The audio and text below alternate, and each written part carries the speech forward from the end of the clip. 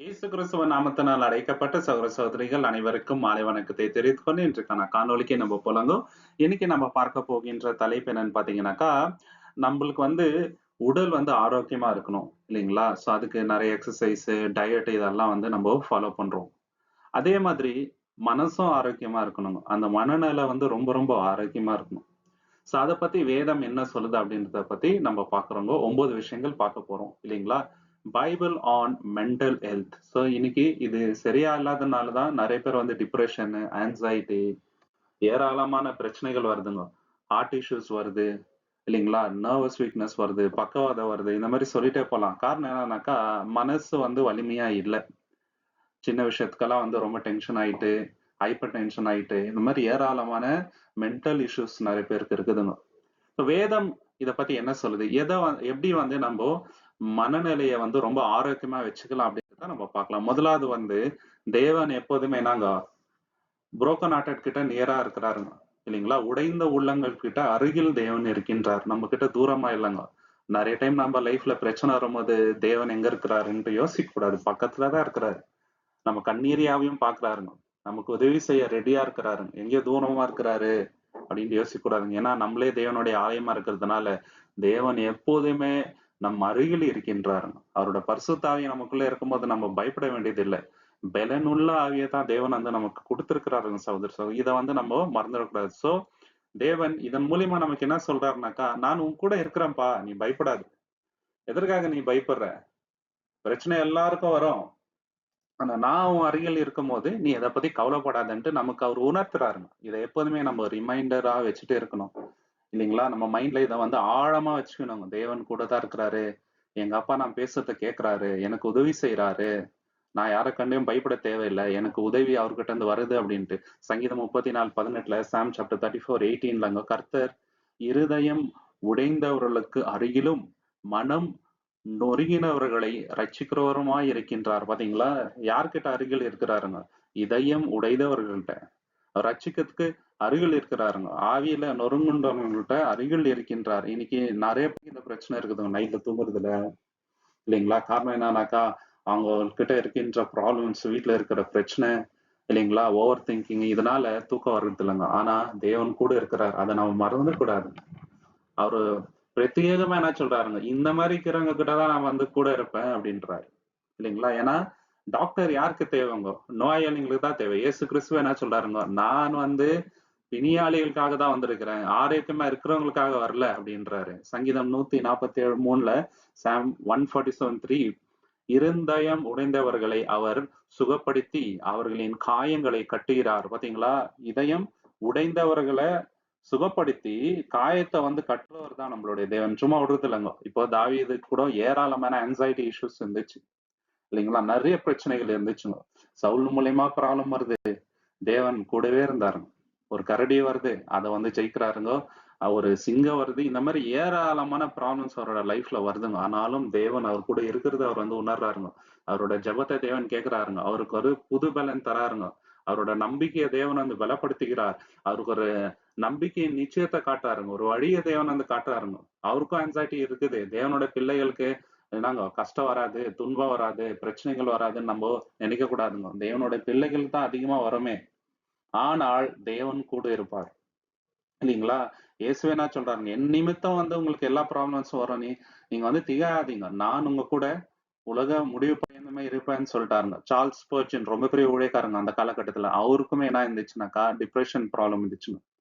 அவர் ரொம்ப பெரிய பிரீச்சருங்க. 3000 பேருக்கு மைக்கே இல்லாம பேசுவாருங்க. அந்த அளவுக்கு தேவன் அவருக்கு ஆற்றல், ஆவி குடுத்திருந்தாருங்க. எவ்வளோ பேருக்கு அவர் ஊழியம் செஞ்சாருங்க. அவர்களுக்கும் டிப்ரெஷன் ப்ராப்ளம் இருந்துச்சு. ஆனாலும் அவர் எப்படி பிரீச் பண்ணாருன்னு பாத்தீங்கன்னாக்கா, தேவன் என்ன ஆறுதல் படுத்துறாரு. தேவன் என் கூட இருக்கிறாரு. என்னோட எல்லா பிரச்சனைகளிலும் தேவன் துணையாக இருக்கிறார். அதனால நான் கவலைப்படுறது இல்ல. தேவன் எல்லாத்தையும் பார்த்துக்குவாரு அப்படின்ற அந்த நிலைக்கு வராருங்க. அந்த ஒரு சமாதானம் கிடைக்குதுங்க சகோதர சகோதரி. எல்லா தெய்வ பிள்ளைகளுக்கும் இருக்கின்ற ஒரு பிரச்சனை தான் இது. இல்லைங்களா? இது புதுசு இல்ல. அதனாலதான் பேதுரு என்ன சொல்றாருங்க, உங்களுக்கு வர இந்த பிரச்சனைகளை பார்த்து ஏதோ புதுசுன்னு நினைச்சிடாதீங்க. ஆல்ரெடி வாக்குத்தத்தம் கொடுத்ததை தான் தேவன் கொடுத்திருக்கிறாரு. இதனால நீங்க சந்தோஷப்படுங்க அப்படின்ட்டு. யோசிக்க வேண்டிய கேள்விகள் என்னன்னாக்கா, நம்ம லோ ஆகும் போது தேவன் கிட்ட போறோமா, தேவனை நோக்கி போனோம். தேவனுக்கிட்ட இருந்து தூரம் போக கூடாது. தேவன் கிட்ட இருந்து தூரம் போனா இன்னும் பிரச்சனைகள் அதிகமாயிட்டே போகும். டிப்ரஷன் வந்து இன்னும் ஆயிட்டே போகும். ஆங்ஸைட்டி லெவல் இன்க்ரீஸ் ஆகும். தேவன் கிட்ட போனோம்னு வச்சுக்கங்களேன், நம்மளுக்கு ஒரு கம்ஃபர்ட் கிடைக்கணும். இல்லைங்களா? ஸோ சங்கீதங்கள் படிக்கும்போதே நமக்கு இதுக்கு ஆறுதல் வருதுங்க. தேவன் வந்து எதன் மூலியமா நமக்கு ஆறுதல் படுத்துறாருன்னா, வசனங்கள் மூலியமா தான். ஸோ நம்மளுக்கு டிப்ரஷன் வரும்போது எந்த வசனம் நமக்கு ஞாபகம் வருது? இல்லைங்களா? நான் உனக்கு துணையா இருக்கிறேன். ஒத்தாசை வந்து பரலோகத்துல இருந்து வருது. இல்லைங்களா? கர்த்தர் என் மேய்ப்பரா இருக்கின்றார். நொறுங்குண்ட இதயங்களுக்கு துணையாக தேவன் இருக்கின்றார். இந்த மாதிரி ஏராளமான வசனங்கள் சொல்லிட்டே போலாங்க. சங்கீதத்துல வந்து பர்ட்டிகுலரா டிப்ரெஷன்ல இருக்கிறவங்களுக்கே தேவன் வந்து பேசுற மாதிரியே வசனங்கள் இருக்கும். அந்த வசனங்களை நம்ம எப்பவுமே நாங்க மெடிடேட் பண்ணிட்டே இருக்கணும். அப்போ இதுல இருந்து வெளியே வரலாம். ரெண்டாவது விஷயம் என்னன்னாக்கா, கவலைகள் வரும்போது நம்ம என்ன பண்ணோம்னாக்கா, துக்கப்பட்டு அழுது புலம்பு அதெல்லாம் வந்து ஒரு பக்கம் ஆனா கூட நம்ம செய்ய வேண்டிய முக்கியமான காரியம் என்னன்னாக்கா, போய் முட்டி போட்டு தேவனிடத்துல ஜெபம் பண்ணணும். தேவனிடத்துல நம்மளோட இதயத்தை வந்து ஊற்றி விட வேண்டும். நம்மளோட பிரச்சனைகள் எல்லாம் அவர்கிட்ட சொல்ல வேண்டுங்க. ஃப்ரெண்ட்ஸ் கிட்ட சொல்லலாம், மத்தவங்கிட்ட சொல்லலாம். அவங்க எல்லாம் நமக்கு வந்து கம்ஃபர்ட் பண்ணுவாங்க, இல்லைன்ட்டு இல்லைங்க. ஆனா தேவன் கொடுக்கின்ற கம்ஃபர்ட் மாதிரி வராது. தேவன் கிட்ட போய் நம்ம மனசுல இருக்கிற அந்த பாரத்தை எல்லாம் கொட்டினு வச்சுங்களேன், பெரிதான ஆறுதலை வந்து அவர் கொடுப்பாருங்க. பிலிப்பியர் 4ஆம் அதிகாரம் 6-7 பவுல் இப்படியாக சொல்றார், எதற்கும் கவலைப்படாதிருங்கள், எல்லாவற்றிலும் ஜெபத்தாலும் விண்ணப்பத்தாலும் தேவனுடைய சமாதானம் உங்கள் இருதயங்களையும் சிந்தனைகளையும் காக்கும். பாத்தீங்களா? அவர்கிட்ட போய் நம்ம சொன்னேன்னு வச்சுங்களேன், அவருடைய சமாதானம் நம்மளுடைய இதயத்தை வந்து காக்குங்க, சிந்தையும் காக்கும். இல்லைன்னு வச்சுங்களேன், டிப்ரெஷன் மேல depression, anxiety, over thinking, BP issue, heart issue எல்லாமே வரும். ஆனா அந்த கவலையை வந்து தேவன் கிட்ட போய் கொட்டிடணும். மத்தேயு 11:28 இயேசு என்ன சொல்றாருங்க? மேத்யூ 11:28 பயப்பட்டும் சுமை உள்ளவர்களை எல்லோரும் என்னிடத்தில் வாருங்கள், நான் உங்களுக்கு இளைப்பாறுதல் தருவேன் அப்படின்றாருங்க. இல்லைங்களா? சோ அந்த பாரத்தை வந்து தேவனிடத்துல கொடுத்துடணும், ரெடியாகிறாரு வாங்கிக்கிறதுக்கு. அப்ப என்ன ஆகுதுங்க? அந்த ஆங்ஸைட்டி வந்து குறையும். இல்லைங்களா? கவலைன்றது எல்லா மனுஷருக்கும் இருக்குதுங்க. அவர் எவ்வளவு பெரிய கோடீஸ்வரனா இருக்கட்டும், அவங்களுக்கும் இஷ்யூஸ் இருக்குது. கஷ்டமே இல்லாத மனிதர் அப்படின்ட்டு யாருமே இல்லைங்க. தேவன் என்ன சொல்றாரு? அந்த பாரத்தை என்கிட்ட கொடுத்துருப்பா, நீ ஏன் தனியா சுமக்கணும்னு ஏன் பாக்குற? நம்மளால முடியாதுன்றதுதான் நமக்காக இயேசு கிறிஸ்து இருக்கிறாருங்க. நம்ம பாரத்தை எல்லாம் சுமப்பதற்கு நம்ம பாரத்தை சுமந்து தீர்த்துட்டார் அவரு. நமக்காக தேவனிடத்துல என்னைக்கு வரைக்கும் வேண்டுதல் செய்கின்றவர் அவரு. இல்லைங்களா? நமக்காக எப்போதுமே இருக்கிறாருங்க அவரு. நம்ம கவலைப்பட வேண்டியது இல்லைங்க. இல்லைங்களா? ஒரு சமாதானம் வராங்க. அண்ணால் கூட என்ன பண்றாருங்க, ரொம்ப ரொம்ப கஷ்டம் அவங்க மனசுல, குழந்தை இல்லை அப்படின்னு சொல்லிட்டு ரொம்ப ரொம்ப போய் தேவன் இடத்துல அழுகுறாருங்க. இல்லைங்களா? அழுந்து புலம்பும் போது தேவன் என்ன பண்றாருங்க, அவங்களுக்கு ஒரு ஆறுதலை கொடுத்தாருங்க. ஒரு இன்னர் பீஸ், சமாதானம் தேவன் இடத்துல இருந்து அவங்களுக்கு கிடைச்சதுங்க. மார்ட்டின் லூத்தர் எவ்வளவு பெரிய ஊழியக்காரர் அப்படின்றது நமக்கு நல்லாவே தெரியும். அவருக்கும் அந்த ஆங்ஸைட்டி இஷ்யூஸ் இருந்துச்சுங்க. ஏராளமான பிரச்சனைகள். ஆனாலும் டெய்லி என்ன பண்றாருங்க, ஜெபம் பண்றாருங்க. காலங்காத்தால எந்திரிச்சு ஜெபம் பண்றது. ரொம்ப ரொம்ப ஜெபத்தின் மேல அவர் என்ன பண்ணாங்க, ரிலை பண்ணாரு. நம்பிக்கை வச்சாருங்க. வேதத்துல வந்து நம்பிக்கை வச்சாருங்க. அவர் என்ன சொல்றாருனாக்கா, பிரேயர் தான் என்னோட மெடிசன். அதுதான் எனக்கு வந்து என்னங்க மருந்து அப்படின்றார். Constant prayer. இந்த பிரேயர் வந்து என்ன ஆச்சுனாக்கா, அவருடைய விசுவாசத்தை வந்து ரொம்ப ரொம்ப பலப்பட்டுச்சு. அவரோட மைண்ட வந்து ஸ்டெடியா வச்சுச்சுங்க. எது? ஜெபம். அந்த ஜெபம் இல்லாமல் நமக்கு மனசுல ஆறுதலும் வராது, சமாதானமும் வராதுங்க. ஜெபத்துல உறுதியா நிக்கணுங்க. இல்லைங்களா? சோ இவர் வந்து பிரேயர் பத்தி அதிகமான இடத்துல வந்து சொல்றாருங்க. மார்னிங் 1 ஹவர் வந்து பிரேயர் பண்ணாம அவர் இருந்ததே இல்லைங்களா அவரோட லைஃப்ல. இத்தனைக்கும் வந்து அவருக்கு நிறைய நெருக்கடியான சூழ்நிலையில ரொம்ப ரொம்ப ஹெக்டிக்கான ஊழியம் பண்ணியிருந்த டைம்ல கூட ஜெபம் இல்லாம அவர் அந்த நாளை வந்து ஸ்டார்ட் பண்ணதே இல்லை. அவருக்கும் ஆங்ஸைட்டி இஷ்யூஸ் இருக்குது பாருங்க. ஆனா தேவன் என்ன பண்ணாருங்க, அதை எல்லாத்தையும் வந்து சரி பண்ணாரு. ரொம்ப பலமான பாத்திரமா பயன்படுத்தினாருங்க சகோதர சகோதரி. இதை நம்ம மறந்துடக்கூடாது. இல்லைங்களா? சோ இப்போ யோசிக்க வேண்டிய கேள்விங்களானாக்கா, நம்மகிட்டயும் வரிசை இருக்குது இல்லைங்களா? இன்டென்ஷனலா தேவன் கிட்ட போயிட்டு அதை கொடுக்குறோமா நம்ம? தேவன் கிட்ட சொல்றோம், பேர் பேரா சொல்லணுங்க சகோதர சகோதரி. அப்போ தேவன் நம்மளுக்கு ஆறுதல் தருவாருங்க. இல்லைங்களா? சோ அந்த ஆங்ஸைட்டி வந்து ஜெபத்தை வச்சு நம்ம மாத்தணும், ரீப்ளேஸ் பண்ணணும். ஜெபத்தோடும் நன்றி செலுத்துதலோடும் நம்ம வந்து ரீப்ளேஸ் பண்ணணும். இல்லைங்களா? தேவன் கிட்ட போய் நன்றியை செலுத்தணும். எந்த அளவுக்கு தேவனுக்கு நம்ம நன்றியை செலுத்துறோமோ அந்த அளவுக்கு இந்த கவலைகள் எல்லாம் நம்மளுக்கு பெருசா தெரியாது. தேவன் இவ்வளவு பெரிய காரியத்தை பண்றாரு என்னோட லைஃப்ல, பிறந்ததுல இருந்து இத்தனை வருஷம் காத்துட்டாரு. இதெல்லாம் அவருக்கு லேசான காரியம். இதை அனுமதிச்சிருக்கிறாருனாக்கா அதுல ஏதோ ஒரு பர்பஸ் இருக்குது. அதுக்கு நான் வெயிட் பண்ணோன்ற எண்ணம் வந்துருவாங்க தேவனுக்கு நன்றி செலுத்தும் போது. இல்லைங்களா? தேவனே, நீங்க என்ன காத்தீங்கப்பா இவ்வளவு நாள், நன்றி தகப்பனே. இனிமேலும் நீங்க காக்க வல்லவர், அழைத்த தேவன் நீர் உண்மை உள்ளவர். உங்க மேல நம்பிக்கையா இருக்கிறேன் தகப்பனே. ஒரு ஒரு ஸ்டெப்பும் நீங்க குடுக்குற நம்பிக்கையில தான் நான் எடுத்து வைக்கிறேன். நீங்க என்ன காப்பாத்திக்கங்க தேவன்ன்ற நம்பிக்கையோட நம்ம வந்து நம்மளுடைய ஆங்ஸைட்டி எல்லாம் பிரேயர்ல வந்து ரீப்ளேஸ் பண்ணணும். தேங்க்ஸ் கிவிங்ல வந்து ரீப்ளேஸ் பண்ணணும். 3வது விஷயம் என்னன்னு பார்த்தீங்கன்னாக்கா, நம்மளுடைய மனதை புதுப்பிக்க வேண்டும். ரினியூ பண்ணணும். எப்படின்னாக்கா, வேத வாசிப்பது மூலியமாக. நம்போ பிரச்சனைகள் வரும்போது என்ன பண்ணணும்னாக்கா, ஐசோலேட் ஆகக்கூடாதுங்க. நெறைய பேர் பண்ற தப்பு அதுதான். ஐசோலேட் ஆயி, தவறான ஜனங்க கிட்ட போயிட்டு, சில பேர் பேட் ஹேபிட்ஸ்ல போயிடுவாங்க. ட்ரிங்கிங்கு, ஸ்மோக்கிங்கு அது இதுன்னு போயிடுவாங்க. ஏன்னா, அந்த கவலைய மறக்கறதுக்கு அது ஒரு வழி அப்படின்னு சொல்லிட்டு. அந்த போதையில. நம்ப அப்படி இல்லங்க. நம்போ வேதத்துல போயிடணுங்க ஃபுல்லா. பைபிள்ல போயிட்டு நம்மளோட மைண்ட ரினியூ பண்ணணுங்க. தேவனோட தாட்ஸ் இல்லைங்களா? அத பத்தி யோசிச்சு நம்மளோட மைண்ட வந்து ரினியூ பண்ணணும். தேவனோட பிளெஸிங்ஸ யோசிக்கணுங்க. தேவனோட பவர் பத்தி யோசிக்கணுங்க. தேவனுடைய வல்லமை, தேவனுடைய ஞானம், தேவனுடைய அன்பு, தேவனுடைய கிருபை, தேவனுடைய இரக்கம் இல்லைங்களா? தேவன் நம்மளுக்கு வைத்திருக்கிற திட்டம், தேவன் நம்மளுக்கு வச்சிருக்கிற ஃபியூச்சர் இதெல்லாம் யோசிக்கும் போதே நம்மள மைண்ட் வந்து ரினியூ ஆகும். இந்த பிரச்சனை எல்லாம் ஒண்ணுமே இல்ல. ரோமர் 12ஆம் அதிகாரம் 2ல என்ன சொல்றாரு பவுலு? ரோமன் சாப்டர் 12:2ல உங்கள் மனம் புதுப்பிக்கப்படுவதனால் மறுரூபம் ஆகுங்கள் என்றாரு. சோ மனம் வந்து புதுப்பிக்கப்பட வேண்டும். அந்த மைண்ட் செட் மாறலன்னு வச்சுங்களேன், எல்லாமே பெருசா தான் தெரியும் நம்மளுக்கு. இல்லைங்களா? மைண்ட் செட்ல தான் இருக்குதுங்க எல்லாமே. நம்மளுக்கு இந்த ஒரு பிரச்சனை வரும்போது, தேவன் என் கூட இருக்கிறாரு. வசனம் இருக்குது. தேவனோட பரிசுத்தாவின் மூலியமா என்ன வழிநடத்துறாரு. தேவன் கண்டிப்பா வந்து இதுல இருந்து என்ன வந்து கடந்து போக வைப்பாரு. தேவன் பெரியவரு. இந்த பிரச்சனை ஒண்ணும் இல்லைன்ற மைண்ட் செட் நம்ம கிட்ட இருந்துச்சுன்னா, எதை வேணா நம்ம வந்து ஃபேஸ் பண்ணலாம். ஐயோ! எனக்கு இந்த பிரச்சனை வந்துச்சு. என்ன பண்ணுவேன் நானு? என்னோட ஃபியூச்சர் இப்படி ஸ்டேக்ல இருக்க என்ன பண்ணுவேன் நானு? வேலை போயிடுச்சுன்னா என்ன பண்ணுவேன் நானு? பிரச்சனை வந்துச்சுன்னா என்ன பண்ணுவேன் நானு? எனக்கு யாரு இருக்கா? ஹெல்ப் பண்றதுக்கு யாருமே இல்லையே இப்போ. நான் எத்தனையோ பேருக்கு ஹெல்ப் பண்ணினேன். இன்னைக்கு எனக்கு ஹெல்ப் பண்ண யாரும் இல்ல அப்படின்னு யோசிச்சோன்னு வச்சுங்களேன், நெகட்டிவ் ஃபீலிங்ஸ் வரும். சாத்தான் என்ன பண்ணுவான்? அது நீ நினைக்கிறது உண்மைதான். உனக்கு யாரும் இல்ல அப்படின்ற மாரி நெகட்டிவான தாட்ஸ் நம்ம மனசுல வர மாரியே பண்ணுவாங்க. ஆனா தேவன் என்ன பண்றாருனாக்கா, நமக்கு ஒரு ஆறுதல் தர்றாரு வசனத்தின் மூலியமாக. தேவனை பத்தி அதிகமா திங்க் பண்ணுங்க. தேவன் முன்னாடி நம்ம ப்ராப்ளம் ஒண்ணுமே இல்ல. ப்ராப்ளம்ஸ் கிட்ட வந்து நம்ம தேவன் எவ்வளவு பெரியவர் அப்படின்றத நம்ம சொன்னோம். அது ரொம்ப இம்பார்ட்டன்ட். ஏசாயா 26:3ல நம்ம என்ன பார்க்கிறோம்? ஐசையா சாப்டர் 26:3ல அருமையான வசனங்க. உம்மில் நம்பிக்கையா இருப்பவர்களை நீர் பூரண சமாதானத்தில் காத்துக்கொள்வீர். பாத்தீங்களா? யாருக்கு பூரண சமாதானம்? தேவன் மேல 100% நமக்கு நம்பிக்கை இருந்துச்சுன்னு வச்சுங்களேன், என்னதான் ஆங்ஸைட்டி வரட்டும், பிரச்சனைகள் வரட்டும், போராட்டங்கள் வரட்டும், அந்த சமயத்துல நம்மளுக்கு ஒரு மாரி இருந்தா கூட, நம்மளுக்கு வந்து தேவன் வந்து பூரண சமாதானத்த குடுத்துருவாருங்க.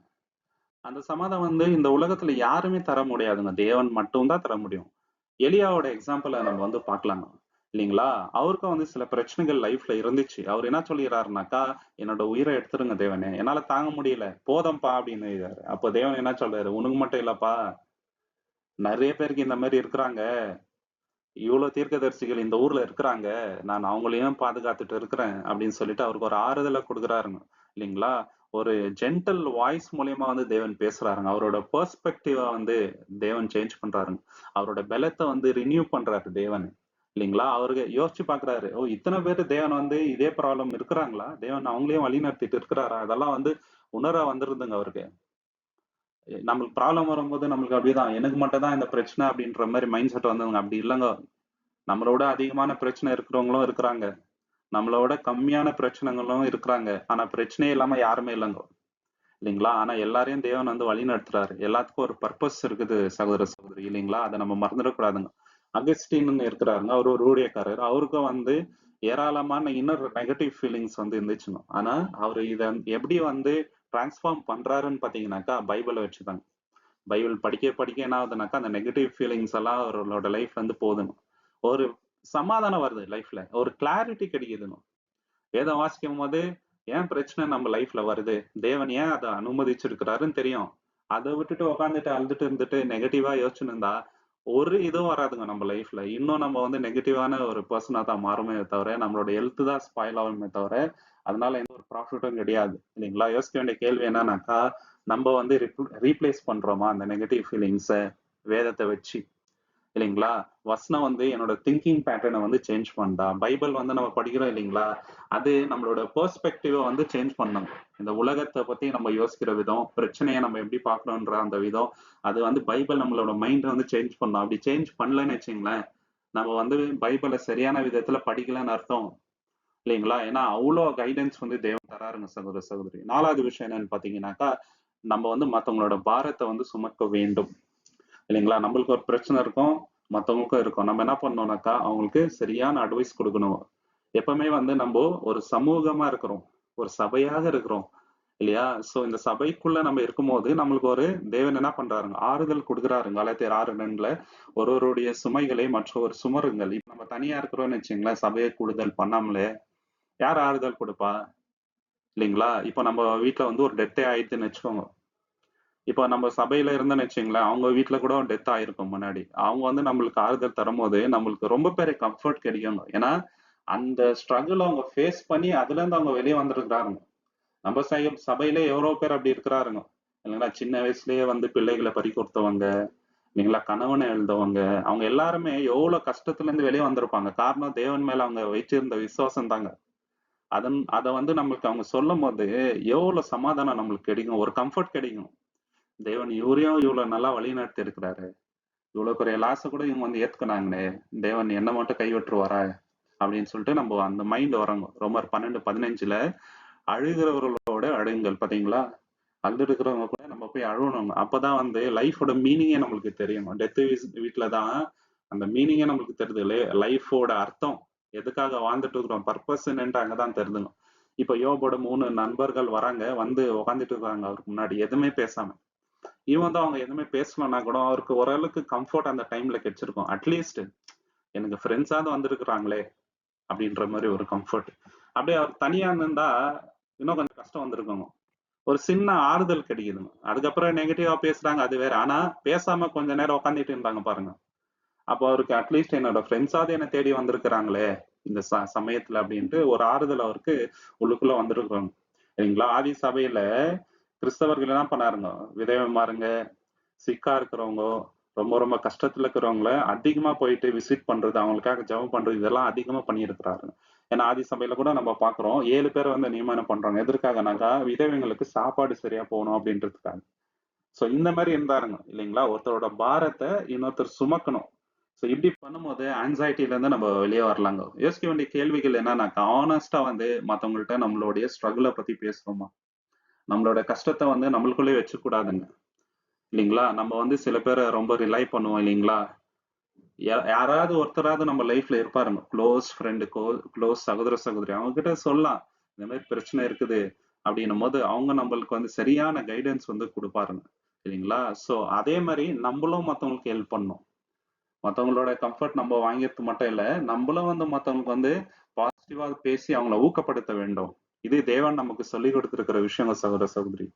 5வது விஷயம் என்னன்னு பாத்தீங்கன்னாக்கா, என்னதான் ப்ராப்ளம் வந்தாலும், பிரச்சனைகள் வந்தாலும், தேவன் எப்போதுமே நம்மளுக்கு ஒரு ஃபியூச்சர் வச்சிருக்கிறாருங்க. Blessed future. அது இல்லன்ட்டு யாருமே சொல்ல முடியாது. ஏன்னா பைபிள் அதுதான் வந்து சொல்லுதுங்க திருவிதிரையும் இந்த லேசான உபத்திரம் வரப்போகின்ற அந்த மகிமைக்கு ஒப்பில்ல. இல்லைங்களா? தேவன் 100 மடங்கா வந்து நம்மள கனமகிமைப்படுத்துவாரு. பெரிதான இடத்துக்கு நம்மள வந்து கொண்டு போறாரு. கலங்காதீங்க, திகழாதீங்க. பிரச்சனைகள் வரும். ஆனா தேவன் எப்போதுமே பெரிய பிளான் வச்சிருக்கிறாரு. சரிங்களா? எரேமியா 29:11 நம்ம என்ன பார்க்கிறோம்? உங்களுக்கு நன்மை செய்யும் எண்ணங்களே எனக்கு உண்டு. பாத்தீங்களா? தேவனோட எண்ணம் அதுதாங்க. இஸ்ரவேல் பத்தி தான் இது இங்க பேசிட்டு இருக்கிறாரு. ஆனா உலகத்தாருக்கும், சபைக்கும் தேவன் என்ன வச்சுக்கிறாருங்க? ஒரு பிரைட் ஃபியூச்சர், ஃபியூச்சர் ஹோப் தான் வச்சிருக்கிறாரு. எல்லாரையும் அழிக்கக்கூடிய காரியத்தை வந்து தேவன் திட்டமிடல. எல்லாருக்கும் ஒரு ஹோப், ஒரு ஃபியூச்சர், ஒரு ஆசீர்வாதத்தை தான் தேவன் வச்சிருக்கிறாருங்க. இந்த கஷ்டத்தை நம்ம ஃபேஸ் பண்ணா அந்த ஆசீர்வாதையும் நம்ம வந்து அடையும். இல்லைங்களா? உபத்திரவத்தை நம்ம எவ்வளவு ஃபேஸ் பண்றோமோ அந்த அளவுக்கு வந்து நம்ம ஆசீர்வாதமும் கண்டிப்பா தேவன் வந்து கொடுப்பாருங்க. இல்லன்ட்டு இல்ல. புலம்பல் 3ஆம் அதிகாரம் 22, 23 கர்த்தருடைய கிருபைகள் முடி இல்லாதவை. அவை ஒவ்வொரு காலையும் புதிதாய் இருக்கின்றது. பாத்தீங்களா? காலைதோறும் அவருடைய கிருபை புதிதாக இருக்குதுங்க. இன்னைக்கும் நம்மள தேவன் கைவிடுறது இல்ல. கஷ்டமே அப்படியே வந்துனே இருக்கிறது இல்லைங்க எவ்ரிடே. ஒரு நாள் கஷ்டம்னாக்கா இன்னொரு நாள் தேவன் நம்மள அல்டிமேட்டா சந்தோஷமா வைக்கிறாருங்க. ஒரு சமாதானம் கொடுக்குறாருங்க. இல்லைங்களா? கஷ்டம் ரிப்பீட்டேட்டிவா கஷ்டமே வந்து தேவன் யாருக்குமே கொடுக்கறது இல்ல.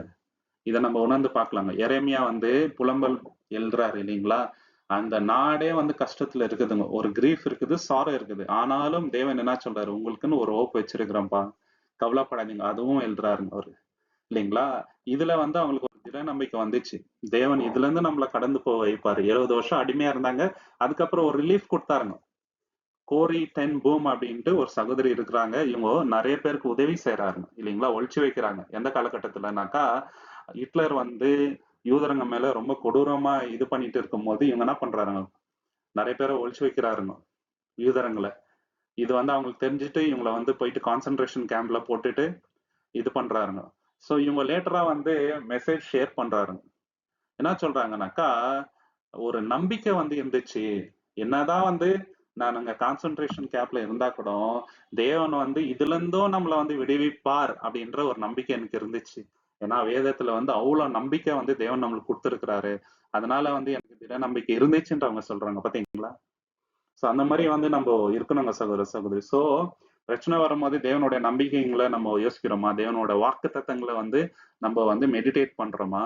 இல்ல அந்த பிரச்சனையே வந்து யோசிச்சுட்டு இருக்கிறோமா?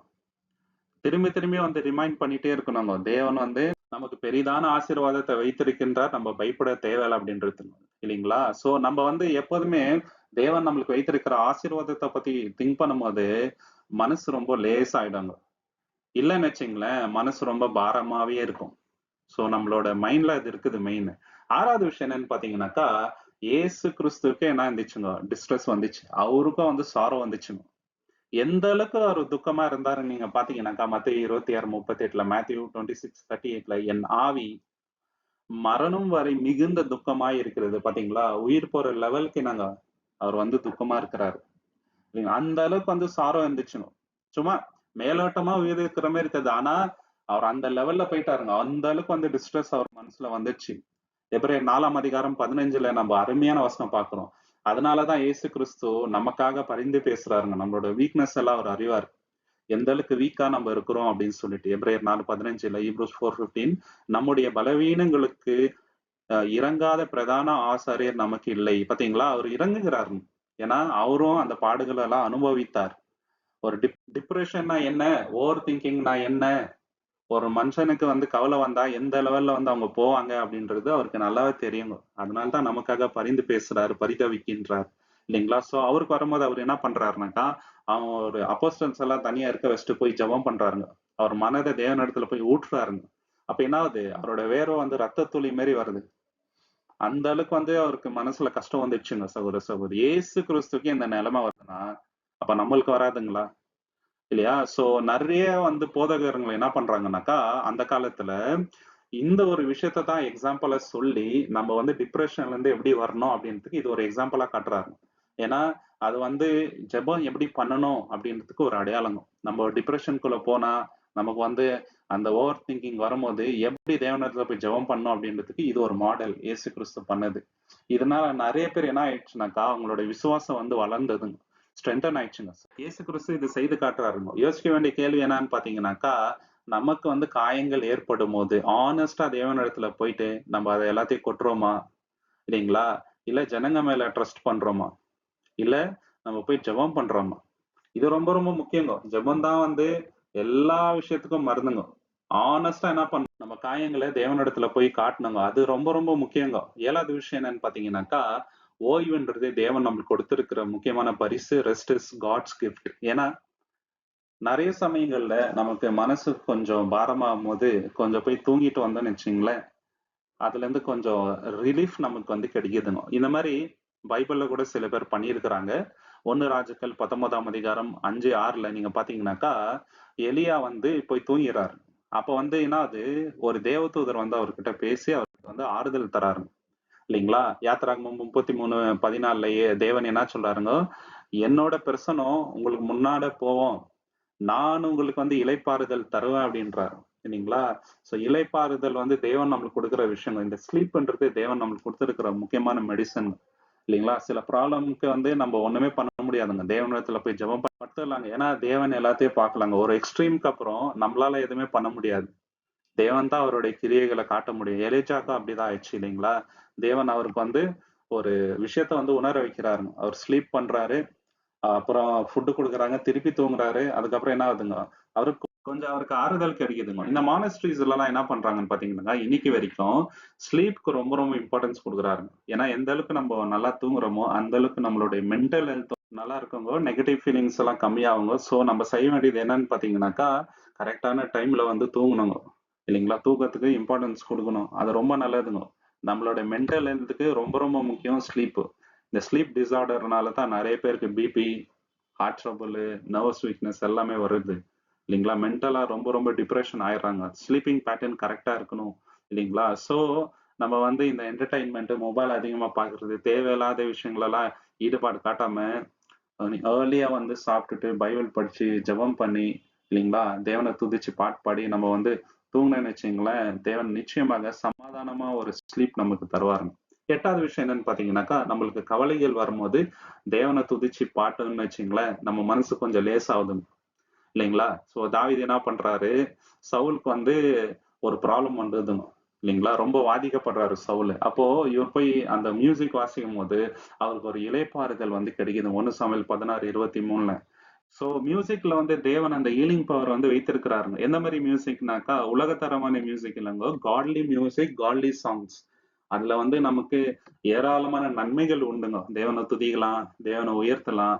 நம்ம மனசுக்கும் அது ரொம்ப ரொம்ப நல்லது. இல்லைங்களா? கவலையெல்லாம் அந்த நிமிஷம் நம்ம மறக்கலாங்க. தேவன துதிச்சு பாடும்போது, தேவன் மட்டும் தான் நமக்கு ஞாபகம் வருவாரே தவிர, மத்த விஷயங்கள்லாம் அந்த டைம்ல மைண்ட்ல வராது. ஸோ இது வந்து ஒரு நல்ல ஒரு ஹீலிங் மெத்தடுங்க. கொலோசியர் 3ஆம் அதிகாரம் 16ல, கொலோசியன்ஸ் 3:16ல சங்கீதங்கள்னாலும், கீர்த்தனைகளாலும் பாடுங்கள். பாத்தீங்களா? சங்கீதங்கள்னாலும், ஞான பாட்டுகள்னாலும் தேவன துதியுங்கள்ன்ட்டு வருதுங்க. ஸோ அப்படி பண்ணும்போது நம்மளுக்கு ஒரு ஆறுதல் கிடைக்குதுங்க. இந்த மெத்தட் கூட நெறைய பேர் வந்து ஃபாலோ பண்றாருங்க. இல்லைங்களா? நெறைய ஊழியக்காரங்க என்ன பண்றாங்க, இந்த பாட்டு பாடி, பாமாலைகள் பாடி, தேவன துதிச்சு, அந்த ஒரு மன கஷ்டத்துல இருந்து வெளிய வந்துக்கிறாருங்க. தாவீது ராஜா நெறைய இடங்கள்ல பாடல்கள் பாடி தான் இந்த ஆங்ஸைட்டில இருந்து வெளிய வராருங்க. ஸோ இப்போ யோசிக்க வேண்டிய கேள்விகள் என்னன்னாக்கா, நம்ப எந்த பாடல்கள் பாடுறோம்? நம்ப மனசுல எந்த பாடல்கள் நினைவுல வருது? இல்லைங்களா? ஸோ அந்த பாடல்கள் என்ன பண்ணுதுனாக்கா, எமோஷனலா நம்ம ஒரு சுகம் குடுக்குதுங்க ஆராதிக்கும்போது. அந்த ஈலிங்க வந்து நம்ப அனுபவிச்சு இருக்கிறோமா? அப்படின்ட்டு யோசிச்சு பார்க்கணுங்க. 9வது விஷயம் என்னன்னு பார்த்தீங்கன்னாக்கா, தேவனுக்குள்ள நம்ம சந்தோஷமா இருந்தோம்னு வச்சுக்கங்களேன், அது ரொம்ப ரொம்ப பலங்க நம்மளுடைய மனதுக்கு. நம்மளோட மைண்ட் வந்து ரொம்ப ஸ்ட்ராங்கா இருக்கணும் அப்படின்னாக்கா, தேவனுக்குள்ளேயே நம்ம வந்து சந்தோஷத்த அனுபவிக்க வேண்டும். உலக சிற்றின்பங்கள்ல அல்ல. இந்த உலகத்துல நமக்கு வந்து சந்தோஷம் வருது. ஆனா, அது இட்டர்னல் கிடையாதுங்க. இல்லீங்களா? கொஞ்ச நேரம் அவ்வளவுதான். இட்டர்னல் கிடையவே கிடையாதுங்க. நம்ம மனது வந்து ஸ்ட்ராங்கா இருக்கணும்.